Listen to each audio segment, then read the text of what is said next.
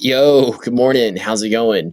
Apologies, I'm going to be off screen today. I kind of caught the death flu, not COVID, but a pretty bad flu. I haven't been this sick in a few years, to be honest. I don't like complaining and I want to keep things positive because that's just generally how I do stuff. So I'm just going to move along.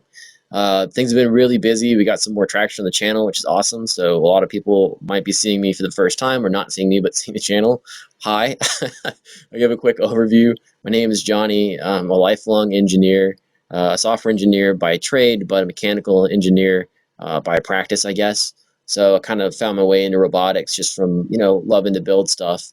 And, I've had a lot of friends and family tell me that I should start up a channel, this, that, or the other, and I just kind of never took action on that for a long time. But that kind of came to a nexus when I decided I wanted to build a product to help recycle boxes, right? And this product would allow you to, one, get the box cut down neatly so it can be recycled without hassle, so you don't have to take out like razor blades and, break the box down manually, right? The other bit is I would also like it to allow people to recycle these boxes into useful things, right? So if they could cut out patterns like stuff on the screen here, that would be extremely helpful. So that's Rediviva's Crafter. That's the name of that particular project, and I will be taking it to Kickstarter. I'm currently in the POC/development phase. So again, hi, Johnny. Nice to meet you. So that's what's going on with these videos. So back to like a more regular overview. I've been off camera for about a week. It took 2 days to take care of some business concerns and look into things. I still have some follow-ups, but it was good. I tend to stick heavy in engineering, but I need to look outside of that.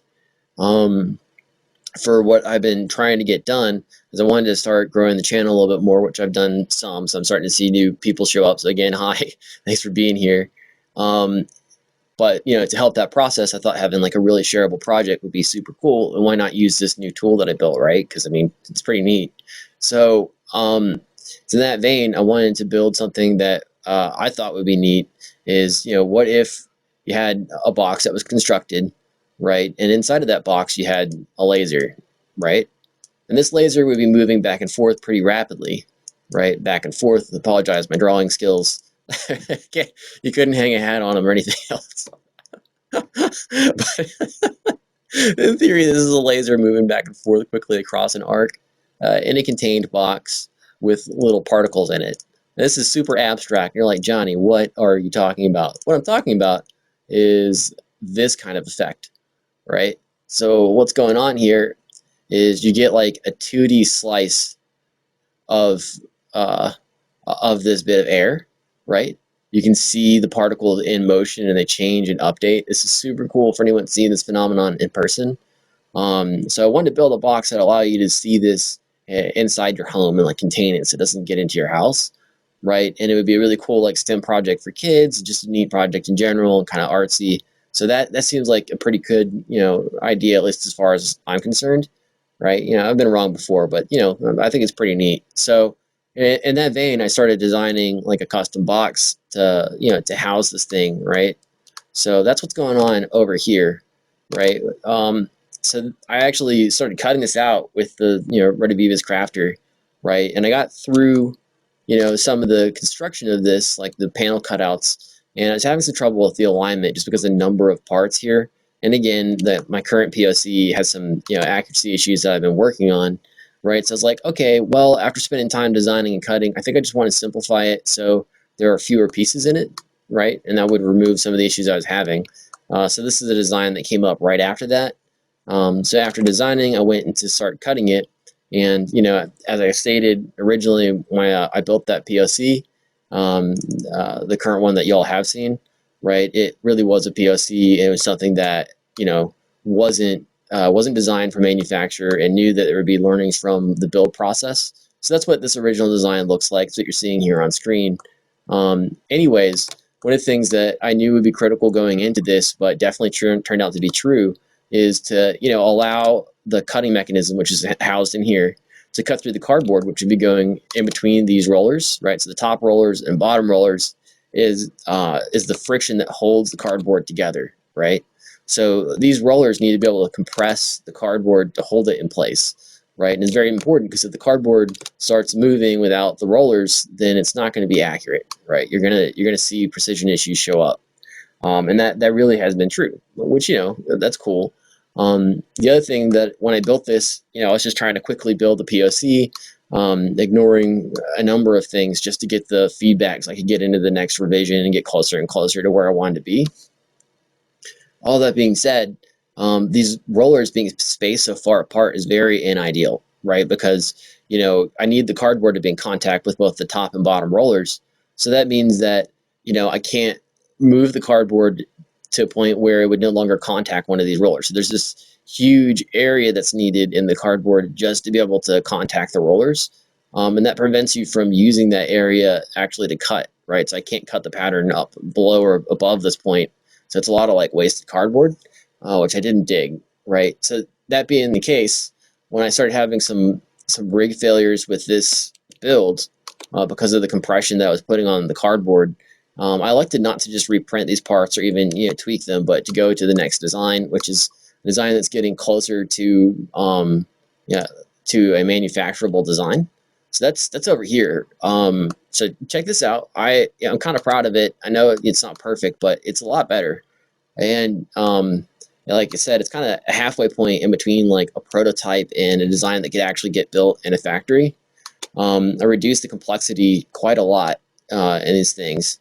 So a disclaimer, but as I get into this, all of these parts have been printed, which is great. Some of them have done small scale localized testing, like the Z-axis, this thing right here, but I have not assembled this just yet. And there's still one more thing I have to do. I'm going to build a custom machine for some of the setup of this prototype, which I'll get to in a second.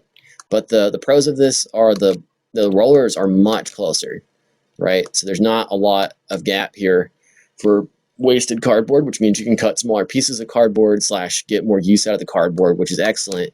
The other thing is I did a much better job designing the ability for these rollers to change the gap in between. These are little, these are holes right here that hold on to this bar. So I can unscrew it and then move this whole axis back or forward to increase or decrease the space in between the rollers, and thus changing the size of the things that can get cut, how many layers of cardboard, how thick the cardboard, or even like foam board, right? So that's, that's pretty good. The other thing is I removed the bearing assemblies and I'm going with a low friction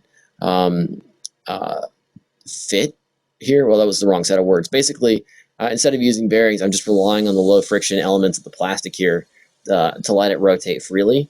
I'm also not using a secondary set of bars to support the x-axis, so this axis here that's being traveled along. So reduce the part count there.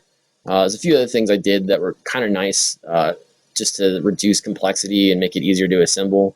And like I said, I'm getting closer to something that could actually be manufactured in a manufacturing facility that wouldn't happen to cost $1 million. There's still a few things, like this Z-axis is not ideal for, for manufacturing, but I can still tweak it. And like I said, it's kind of a halfway point in between POC and manufacturing design. So I'm super excited to get this thing built. I'll be testing it hopefully over the next couple of days here.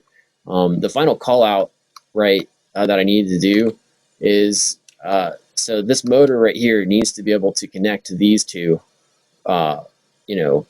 bearing rods or rods, whatever you want to call them, right? To do that, you can use a belt, right? And these belts have little teeth on them that'll engage this, tooth gear right here. But those teeth are not going to engage on, this pipe. And I tried all kinds of stuff to get around that. But in the end, it looks like definitely having some teeth on the pipe would be super helpful. So I'll be building a machine to cut the teeth into this inexpensive pipe, right? So I'm going to start working on that today. It might run more than a day. Sometimes engineering is like that, but I think I can get it done inside of a day. So that'll be pretty cool. At that point, I should just be able to assemble it, which usually takes a day to assemble something like this, because this is basically like, imagine like a horrifying IKEA project. it's like that, but the person that designed it is you. Which is highly entertaining. But this time I designed this a lot more around the idea of having to put it together, right? And there still can be some improvements made on the design here for certain, but like I said, it's a step at a time. You take the learnings, you adjust, and then it gets closer to a final product. But yeah, kind of just a overview, trying to make a really cool, really cool box that will allow you to see, this like airflow at home, which would be cool for art, cool for kids, cool in general. Building a product that will help people more easily get rid of their excess boxes, to cut down into recycling, or to make it into like practical things that they could use, or to help, their kids work on STEM or other projects that people have. So that's kind of where I'm at, where I'm going. Again, I will be putting this to a Kickstarter at some point here. And also for those that, that are new and don't know me, like I have left my job to do this. So like I set aside the next year to work on this project, and that's where I'm spending my time. This is a, 7-day a week full-time job for me. So this is like, anywhere from 60 to 80 hours a week in this process. So I'm very dedicated to it. But yeah, basically, I appreciate all y'all. If you like the content, please feel free to subscribe. It really does help with YouTube, like sharing this with other people, which will help grow the channel. Yeah, if you've got feedback, like be it good or bad, don't be bashful. Bad feedback is the most useful feedback usually. So if you don't like something, or I'm confusing, or this, that, or the other, like feel free to tell me. You're not going to hurt my feelings. And even if you did, then I'll just grow from it and move on, right? Because that's just kind of part of the process here. So anyways, I appreciate all y'all. I hope you have a good one, and I'll talk to you later. Peace.